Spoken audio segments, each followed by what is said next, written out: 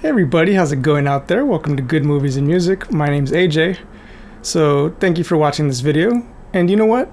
Thank you for watching all of my videos. It's been about 48 hours since I uploaded my Jaws reaction, and so far it's about 300 views, which doesn't sound like a lot, but for being such a brand new channel, that's a pretty good 48 hours for me. I have some videos that are over 1,000 views, but those took, a month or two to get there. So always really just happy when people are finding these videos and liking them and commenting them, because not only does that help them spread, but it's just good to know that what I'm putting out there is bringing people some entertainment.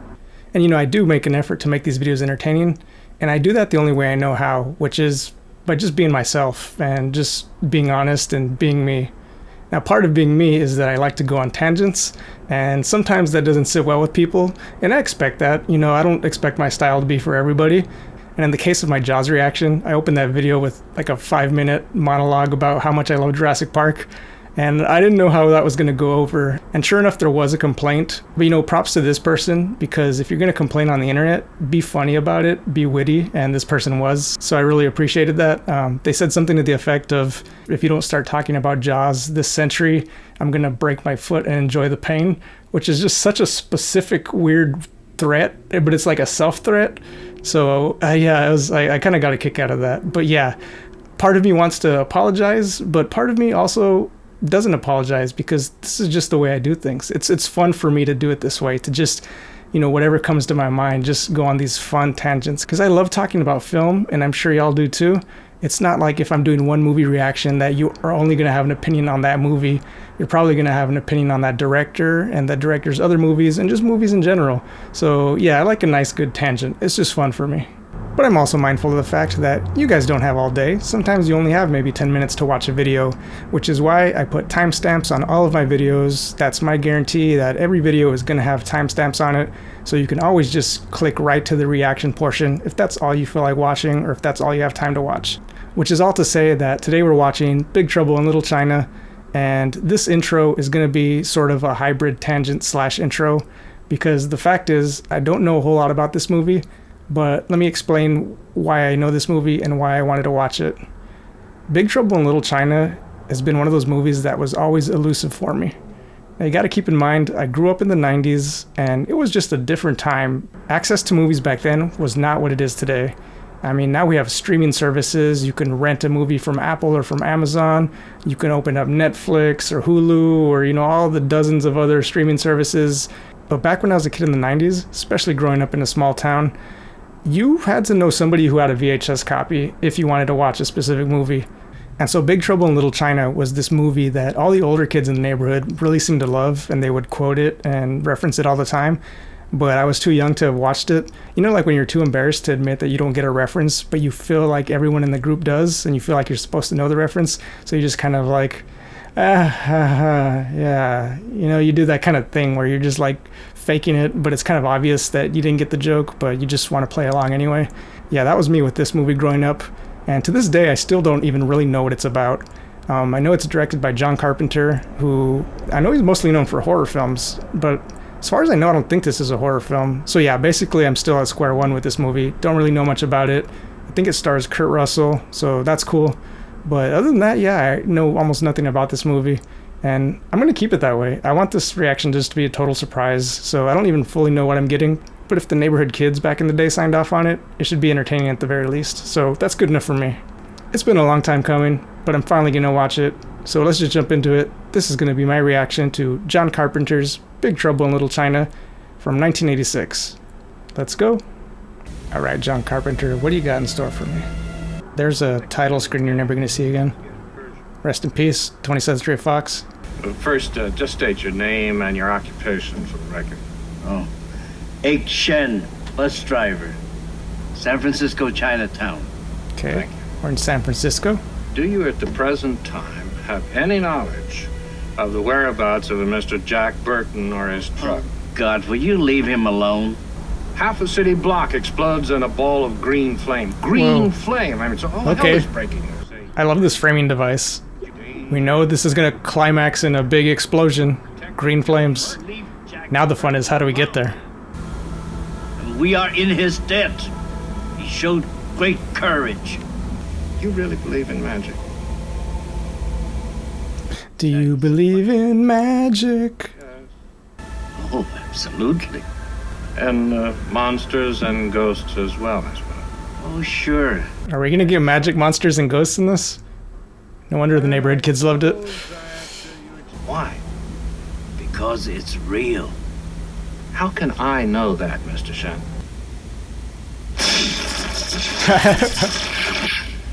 That'll do it. One thing I loved about that opening shot, by the way, was how we just held on that one character for like a minute. So as much as it was about the dialogue, it was also about just getting in the frame of mind of that character. You can watch the subtle change in the emotion as he's getting asked these questions. When some wild-eyed 8-foot-tall maniac grabs your neck, taps the back of your favorite head up against a barroom wall, and he looks you crooked in the eye, and you remember what old Jack Burton always says at a time like that. Have you paid your dues, Jack? Yes, sir, the check is in the mail. Loving this performance. He's seems like he's gonna be chewing the scenery as much as he was chewing on that sandwich. Now, I'm not saying that I've been everywhere and I've done everything. Music by John Carpenter also. Okay, does he do that usually? I didn't realize that. I love a good multi-talented filmmaker.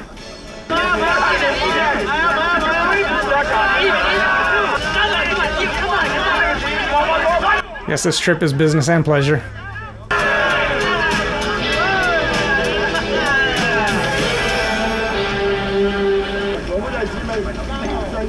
Heaven and earth, boys, what can I tell you? They're still there and it's already daytime. That game went a while. He quits? What is this? It's a brand new day and a man still got $100 in his pocket. What is this? Not next time. Now.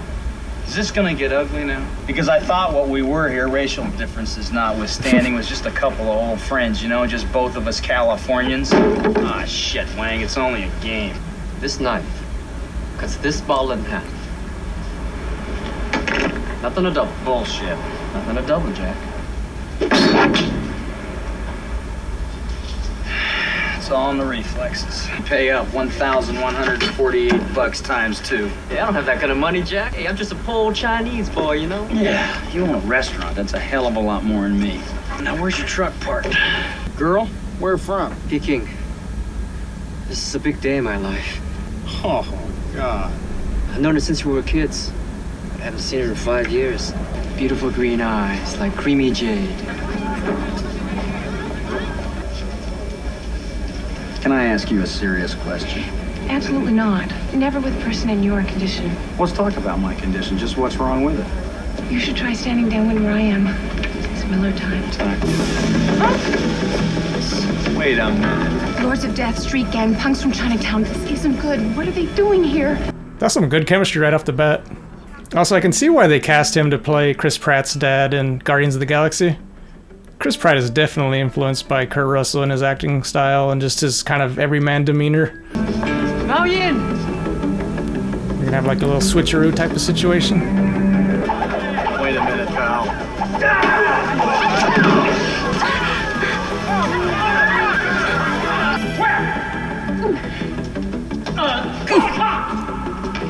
An American girl back at the airport seemed to know something was up. Stay away from her, Jack. She's nuts too. She's a lawyer. She's a what? Oh, come on! Where the hell are we? Come on, Jack. Excuse me, ma'am. I don't suppose you saw... No. Uh-oh.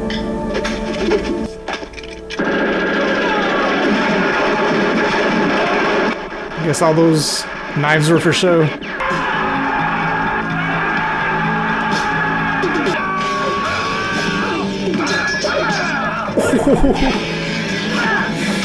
Certain types of injuries on film have no effect on me, but a bone bending the way it's not supposed to, that always gets me. Oh, that was awesome. I'm guessing they're just gonna do that a lot, aren't they?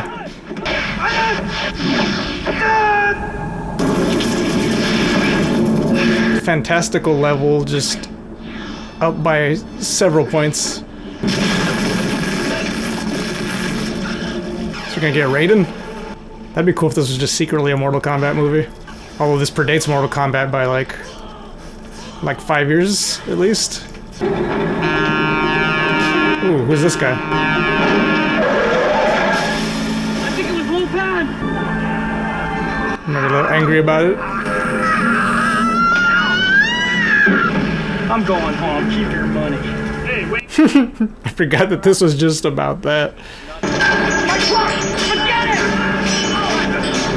Plus, I found out the skirmish you guys stumbled into, Lopan, the word is, ordered the boss of the Chang Sings, Mr. Lem Lee, assassinated.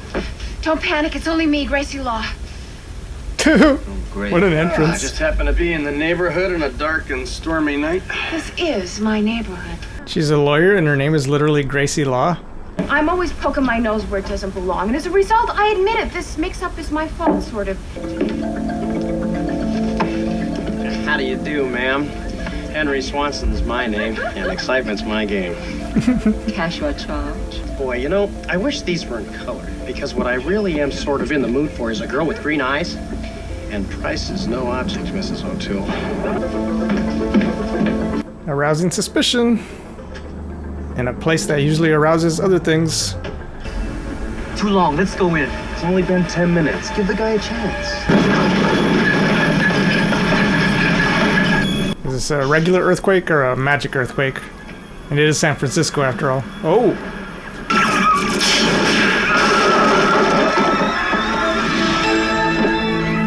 This movie's just wild as hell. Carpenter knocking it out of the park with this score though. There's only one place they could take her. You mean the David Lopan that's chairman of the National Orient Bank and owns the Wing Kong Import-Export Trading Company? Who the hell are you anyway? Because the bastard's afraid to show his face. He's got more enemies. He's got Mao Yin. I'm going over there and get her back. I was protecting her civil rights, making sure she gets a chance. This is just so shocking. I mean, I must just be so monumentally naive. And so now we have to grab... Two things. Apparently, 1986 Kim Cattrall is my new crush, and I'm really just smitten overall with the acting style in this film. Everyone is just so campy, yet so serious and committed.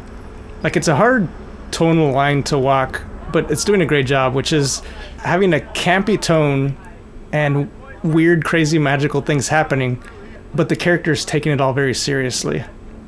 And just really selling it all, selling their lines, selling their reactions. You mean the David Lopan that blah blah blah blah blah blah? Like, that would not work in most movies, but it works in this movie. Hey, you. Come on over here and fight like a man. There's a little bit of John Wayne in his performance in this movie. Come over here and fight like a man. This is like, said it the way John Wayne would have said it. We came here to see David Lopan, all right? Ah? David Lopan. And you have succeeded, Mr. Burton. What, you? Shut up, Mr. Burton. You are not brought upon this world to get it. Come on, Lopan is like... Nothing you can understand. My problem is this place. This place is my tomb. I'm buried here. A young man, a king, a warrior. And all I need is a woman, Mr. Burton.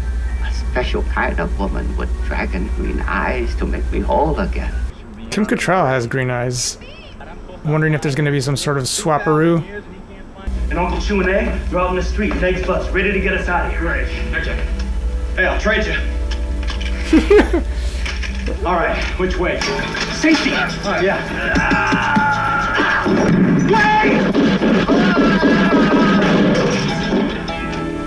First time you ever plugged somebody? Of course not. Come on! Yeah, it was. Don't lie, Jack. Jack Burton. A world so unreal and yet, at once, so frightening. Flashback to monkey bars on the playground at recess. How are you gonna spring us? I have no idea. Love it when a heist involves no plan, just winging it. Where's Margot? I don't know! Where are we? Where's Eddie? Beats me! Where's Jack? All right, we're almost out of here. Follow the leader. 1, 2, 3. may be trapped. Oh,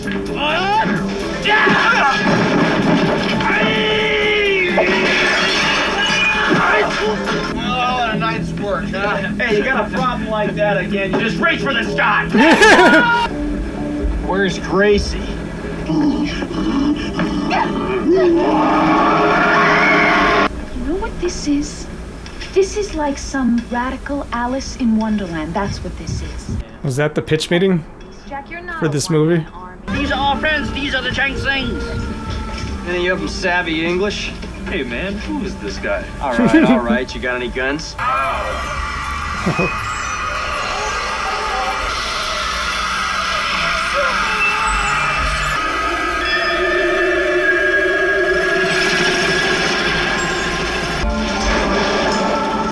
Hey, Wang.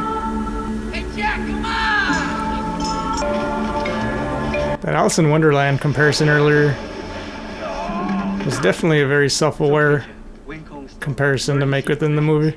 What's in the flask, egg? Magic potion? Yeah. Thought so. Good. What do we do? Drink it? Yeah. Good. I thought so. Yeah.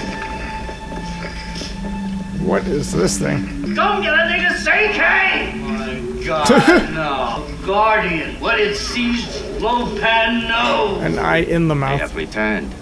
It almost looked like if you ever played the game Doom.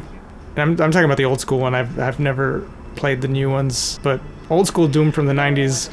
There's that red floating meatball looking thing with the one eye in the center. Loving the sort of nightclubby vibes. Hollow? Hollow. Fuck it. That felt as much like a writing decision. It's like at that point, Carpenter was probably like, okay, they find a hollow door. How do they get in? Fuck it. Guide my hand as I insert this needle into Mao Ying. Look out, guys! How's he gonna do with that Infinity Stone?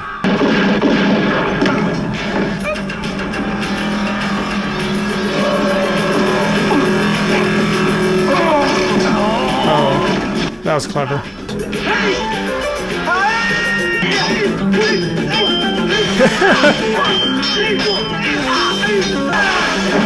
That was silly. They were just straight up playing an ancient magical video game.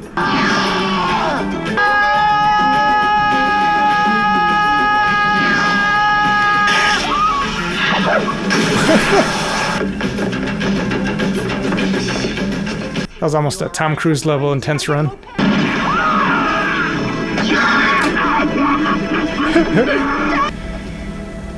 Why are you dressed like that? I was getting married. It's a wedding. It's gotta be a kiss at a wedding. Still has the lipstick on. There was a whole thing back in the day of like, a real man doesn't care if he gets a little bit of lipstick on him because he's kissing his woman. Kill him for me! Won't solve anything. You know what old Jack Burton always says at a time like this? Who? Jack Burton. Me. Who? It's very Star-Lord. Old Jack always says, what the hell?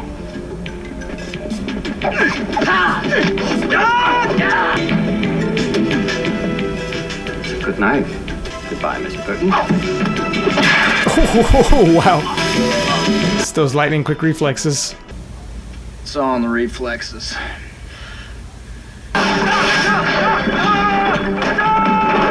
Somebody get this guy on a gymnastics team. What's about to happen? Oh, nope. Didn't need to see that. No. Did he just blow up? Practical effects. You just gotta love practical effects. My truck! Nice Chekhov's truck there. I think it was kind of a throwaway bit that his truck got stolen, and it just happens to be there when they needed to escape with their lives. It's just some good, tight writing. Lopan is dead and the evil spell's been lifted. Years ago, I promised myself a long vacation. Well, why don't you go on over to China, visit the motherland? Well, China's in the heart, Jack. Wherever I go, she's with me? I don't know. Maybe you can come over to my place later and help me find the title. No shame in her game. Hey, Jack. I'm a rich man now. Give up the open road, sell my truck, settle down. Couldn't have that on my conscience. But you know something? Sooner or later, I rub everybody the wrong way, and This is a very sensible discussion. Are you even gonna kiss her goodbye? no. See you around, Burton. Never can tell. Bold decision. I wonder how many audience members were so disappointed. We really shook the pillars of heaven, didn't we, Way? No horseshit, Jack. No horseshit. You know that meme, name a more iconic duo? I'm willing to put these guys in the mix for that. Yeah, Jack Burton just looks that big old storm right square in the eye and he says, "Give me your best shot, pal. I can take it." Alright, that movie was just fun as hell. I mean, it has, magic, monsters, martial arts. What more do you need in an action-adventure film? That was just a good time at the movies. So let's start with the lead performances. I mean, Kurt Russell, obviously a legend. I really like how he played the fish out of water. His character had a faux confidence that was just really endearing. It was self-deprecating. And, he was always just kind of winging it and hoping for the best. And sometimes it worked out and sometimes it didn't. The movie wasn't afraid to put him through the ringer and give him his fair share of abuse. But, he always managed to just work his way through it. That seemed to be his character's strength, was his resilience. Yeah, and Kurt Russell played it so convincingly. He just has that everyman charm. There's really like an effortless, cool charisma. And then you had Dennis Dunn as Wang, who was Jack Burton's best friend in this movie. I could just keep watching them riff and go back and forth. Such a good chemistry between them as two best friends. They just had a really believable bond, and I just really like seeing that. And then we get to Kim Cattrall, who was kind of acting in a different movie. If everyone was like at a 7 or an 8, she was dialed up to like a 10.5, but it somehow worked. Like just the level of camp and self-serious goofiness with which she was delivering some of these lines, it would have sunk a lot of other movies, but somehow to me it just upped to the charm and charisma of this movie as a whole. Just the tone of this movie overall it felt so throwback in a lot of ways, even for that period. There's just a lot of slapstick and screwball humor in this. Just great, just sight gags and reveals and physical humor. Just little things like, when he's like, "I think we're safe, we're gonna get out of here," and he opens the door and there's this music sting and you see the group of guys right there with their weapons ready to fight, and then he just closes the door, the music sting stops, and he turns around and he's like, "I think we're trapped in here." Just that sort of how quick boom boom boom that plays out, just those sort of sight gags and that screwball comedy. I love that style of just really goofy old school just humor like that. Just super silly and goofy and not afraid to go for it. It's just so fun, just like dumb jokes like that. I love that stuff. Yeah, and I think also I just feel like this movie had a lot of heart to it. Like this movie didn't seem to have a mean bone in its body. It just was just a really warm, fun movie. I wouldn't go as far as to say it's family friendly. There's definitely some gore and some stuff like that, but I'd call it a very pleasant and positive natured movie for adults. The only thing I'm really wondering about is, of all the legends and mythical figures that are presented in this movie, how many of them are actually accurate to Chinese culture, and how much of it is just John Carpenter just making shit up? And I don't even know that it matters necessarily. I'm just kind of curious. I wonder if this movie nowadays would be considered too stereotypical or too much leaning into stereotypes and tropes that might be considered offensive nowadays. I do think what this movie's saving grace is in that regard is that it's not afraid to make Jack Burton look like sort of a bumbling fool. It plays into his stereotypes that he has as a Westerner looking at Eastern culture, and it often subverts those and, makes him look like the dummy in those situations. So in that way, even if somebody were to make the argument that these representations are sort of stereotypical or, outdated, the movie itself treats them with reverence and respect. The Asian culture in this film and the Asian characters, they're never treated as the butt of a joke. Their culture is never treated as a punchline. It's all taken very seriously. It's very reverential in that way. And, I can't speak to Chinese culture. I'm not going to pretend to be an expert. But just speaking as somebody who's of Mexican-American descent, I feel like if the equivalent movie like this were made and that was Latin culture, Mexican culture, that was being used to emphasize the mythical and the mystical and the spiritual, which, by the way, there's plenty of that in Mexican culture. So I feel like if a movie did this sort of thing with that culture, I would feel like this was, even if it were totally inaccurate and made up, I would still feel like within the context of the movie that it was at least treated respectfully and the characters were treated respectfully. So I have no complaints in that regard, but I'm just kind of curious. I don't really hear a lot of people talk about this movie in 2021, but it would be interesting to see what people's take is on this movie now. But yeah, I think that's all I want to say. Just had a really great time with this movie. Oh, that was so much fun. Yeah. So yeah, I'm going to go ahead and sign out for the day. If you like this movie reaction, go ahead and hit that thumbs up button. If you want to follow along with more of my reactions, go ahead and hit that subscribe button and ring the bell for notifications, because that lets you know when I upload a new video. Signing out for today. This has been Good Movies and Music. My name's AJ. Thanks for watching and have a good day.